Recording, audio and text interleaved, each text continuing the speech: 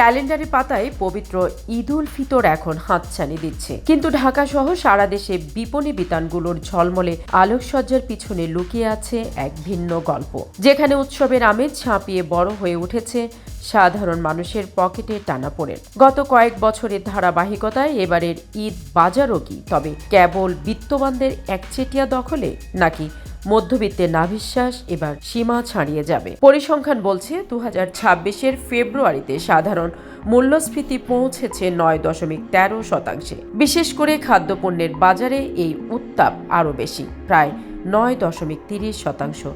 1 KG গরুর মাংসের দাম এখন 830 থেকে 850 টাকার নিচে নামছে না। মাত্র এক সপ্তাহের ব্যবধানে 220 টাকা ছাড়িয়েছে ব্রয়লার মুরগির দাম। চিনি, ভোজ্য তেল আর পোলাওয়ের চালের দামও মধ্যপ্রাচ্যের অস্থিরতার দোহাই দিয়ে বাড়ানো হচ্ছে প্রতিনিয়ত।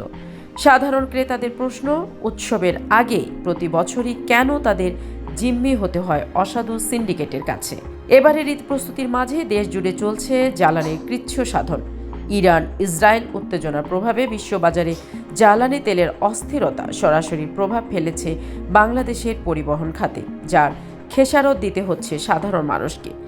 বিদ্যুৎ সাশ্রয়ে বিশ্ববিদ্যালয়গুলো আগেভাগেই বন্ধ ঘোষণা করা হয়েছে, তবে এরই মাঝে আশার আলো হয়ে দাঁড়িয়েছে প্রবাসীদের পাঠানো রেমিট্যান্স। মার্চের প্রথম 2 সপ্তাহে দেশে এসেছে প্রায় 2.20 মিলিয়ন মার্কিন ডলার। কিন্তু প্রশ্ন হলো, এই টাকা কি সাধারণ মানুষের ক্রয় ক্ষমতা ফিরিয়ে আনতে পারছে? 13তম সংসদের প্রথম অধিবেশনেও দ্রব্যমূল্য নিয়ন্ত্রণের দাবি জোরালো হয়েছে।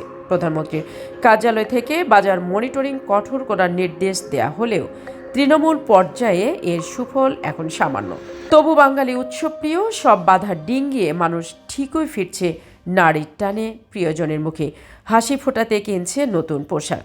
আমরা চাই 2026-এর এই ঈদ কেবল কয়েকজনের নয়, বরং প্রতিটি পরিবারের ঘরে ঘরে খুশির বার্তা নিয়ে আসুক।